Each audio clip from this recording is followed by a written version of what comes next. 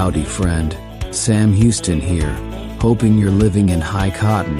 And if you're lucky enough to be in Texas, I know you're most of the way there. Now enjoy your daily dose of Texas history and Texas pride. Howdy, friend. Welcome to your Texas History Roundup for July 21st.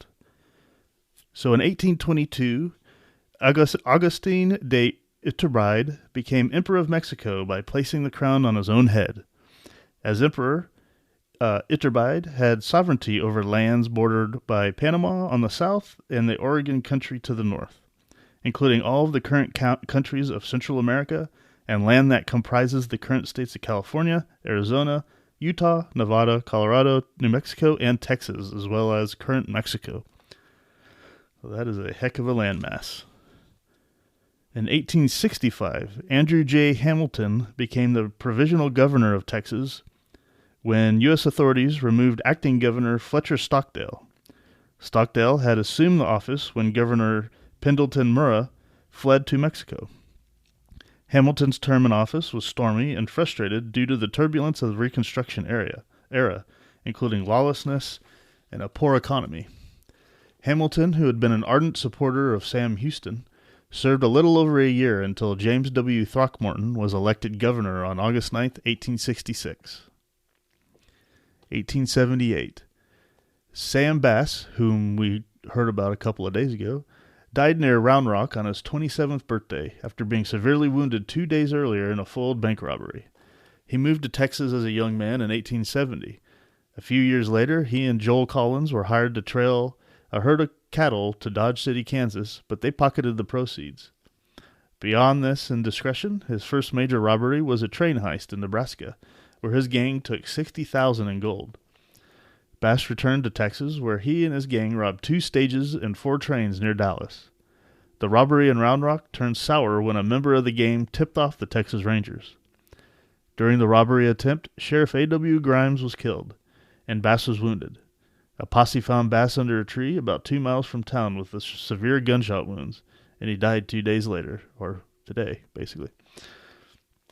1952, C. Darrell Hooper won the silver medal in the shot put at the Helsinki Olympics. Hooper was born in 1932 and at Fort Worth's Northside High School set national high school records in both the shot put and the discus. At Texas A&M, he developed into a world-class athlete, winning both the shot put and discus at the Texas, Drake, and Kansas relays, prior to winning the Olympic silver medal in the shot put. Hooper is a member of the Texas Sports Hall of Fame. In 1954, William L. Moody passed away. He was born in 1865 in Fairfield, and as a young man, joined his father's cotton and banking firm in Galveston. His family was one of the largest financiers in Texas during the first half of the 20th century. He established the Moody Foundation in 1942. In 1961, Benjamin J. Covington, who had been born near Martin to former slaves, died in Houston. He graduated from Meharry Medical College in 1900 and moved to Yoakum and later to Houston, where he practiced medicine for 58 years. Covington was one of 5 physicians who helped establish Houston Negro Hospital, now Riverside General Hospital. He developed a successful formula for treating influenza, which was later adopted by the U.S. Army. An historical marker is located at his home in Houston. In 1969, this was the historic day when the first humans, Neil Armstrong, Buzz Aldrin, walked on the moon. The Apollo 11 spacecraft left Earth on July 16th, and on July 20th, while Commander Michael Collins and the Columbia, which was the command module, circled the moon, Armstrong and Aldrin made the moon landing in the Eagle, Lunar Excursion module. Armstrong was the first person to step onto the moon, followed by Aldrin a few minutes later, and their walk on the moon lasted 2.5 hours. The Eagle lifted off and rejoined Columbia in moon orbit later on this day, and Columbia and its crew returned to Earth, splashing down in the Pacific Ocean on July 24th. And then in 1988, the Texas Parks and Wildlife Commission approved the purchase of what would be the Big Bend Ranch State Natural Area for $8.8 million.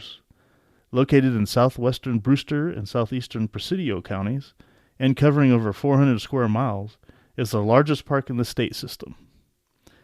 And that is your Texas History Roundup for July 21st. Well, there you have it. If you like our podcast, check us out at feedbandit.com. There you'll find awesome Texas First outdoors gear and apparel.